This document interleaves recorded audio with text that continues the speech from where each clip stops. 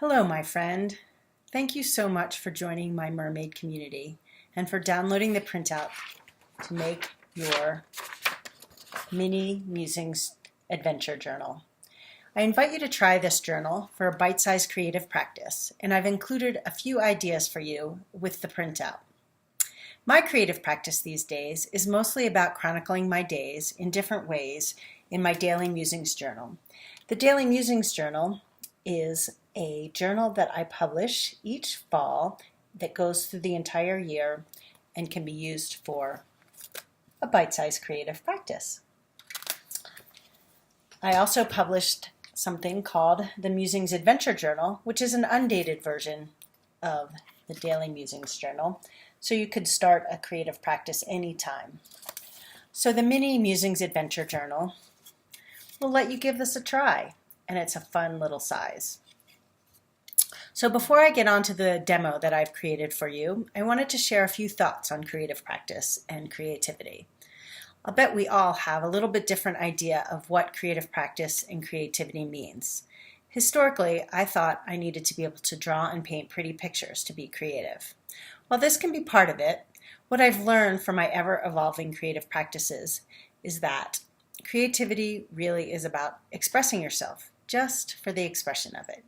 And a creative practice is something where you show up regularly for this expression. Not perfectly, mind you, but however you can make regular happen. And if you fall off that regular practice wagon, it's okay to get back on whenever you can and still be in practice. Your creative practice wagon is always there waiting for you. I know because I regularly have to get back on mine. For years, I let my thoughts tell me this was failure, but I know now that this is only being human and living a human-scaled life. Okay, so let's get on to making this mini journal.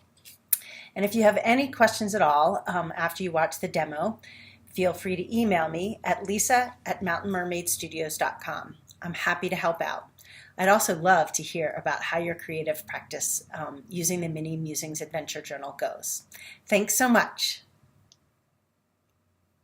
Hi everyone, it's Lisa, the Mountain Mermaid here to share with you the new Mini Musings Adventure Journal that I've created for you.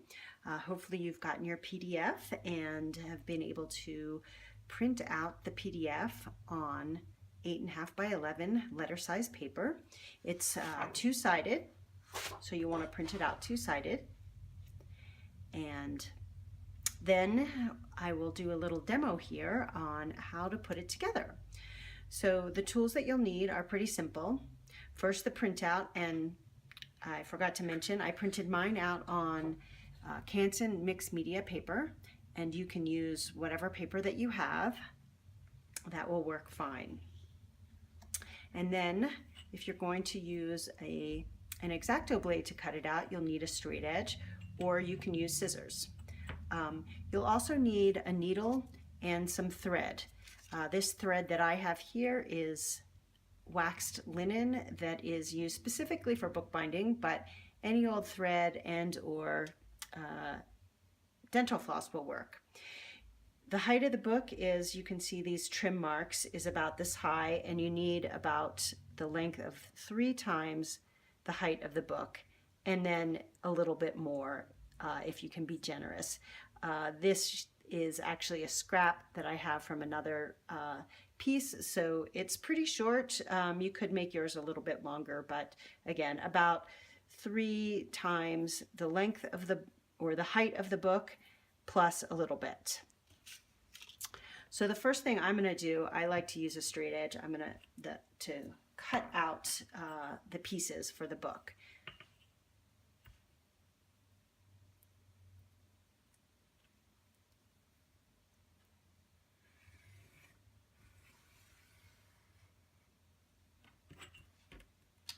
I'm cutting the height of the book, or the height of the sheet first, and as you can see, I didn't cut all the way to the edges because I want to leave these trim marks on here for now so that I can see where I have to trim.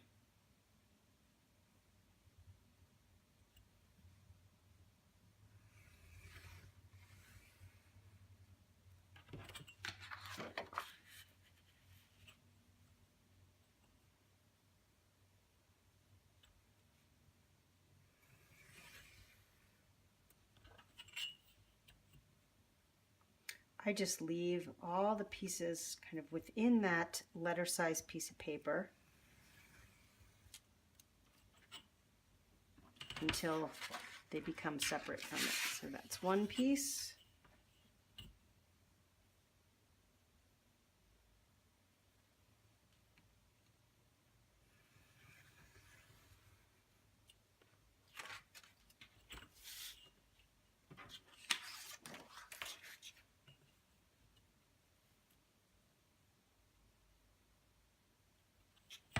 Oops.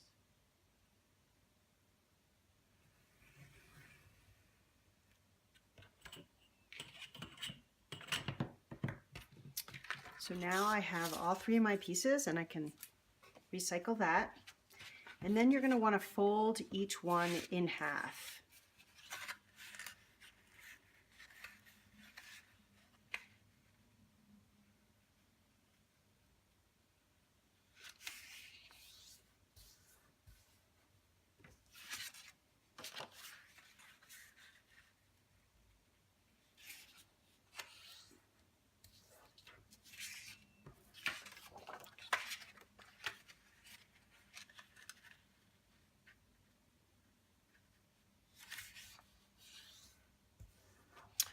So the way I intended it to go together is, so here's the cover, and when you print it out two-sided, the word create will be the first page on the left inside, and then I folded that one the wrong way.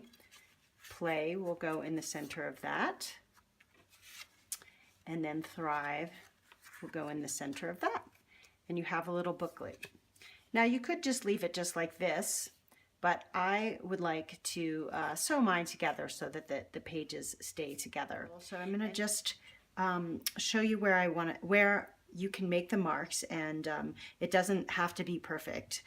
This little book is very forgiving. So it's about 3 1/4 inches high. So I'm going to mark off at about 1 5/8 in the center of my fold, just with a pencil. And then I'm just going to go out, let's see, about an inch on, actually not quite an inch on either side. So probably like, let's see what looks like it's going to work here. So we'll go out to like 7/8 on either side.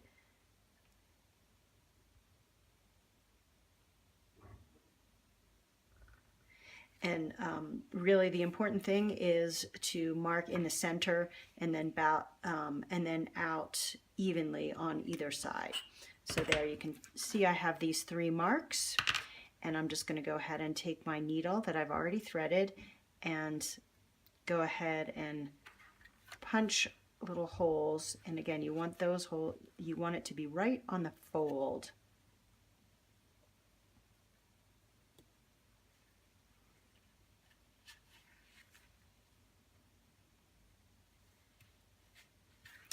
And then we're going to do a simple stitch to create the book. We'll start from the inside and go through to the out through all the pages.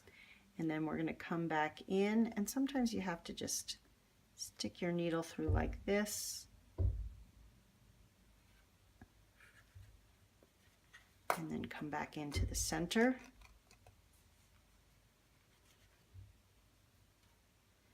And then we're going to go back outside again.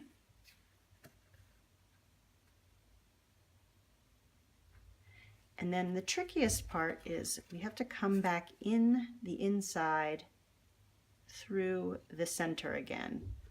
So the big thing you want to do is, so once you've done that, you want to make sure that you didn't get caught in that thread that's already that has already been threaded through. So if you can see, I'm pulling through and it looks like it didn't get caught on that. The other thing you want to have happen is to be on the opposite side of that middle.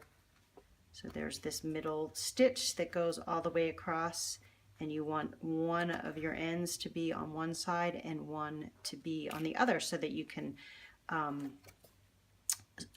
tie a knot to close it up. And then you want to make it all kind of snug and just pull gently because you don't want to rip your paper. And if you're using really lightweight paper, be especially careful. This mixed media paper is pretty tough. So now that I have that kind of secured, I'm going to go ahead and just tie a square knot.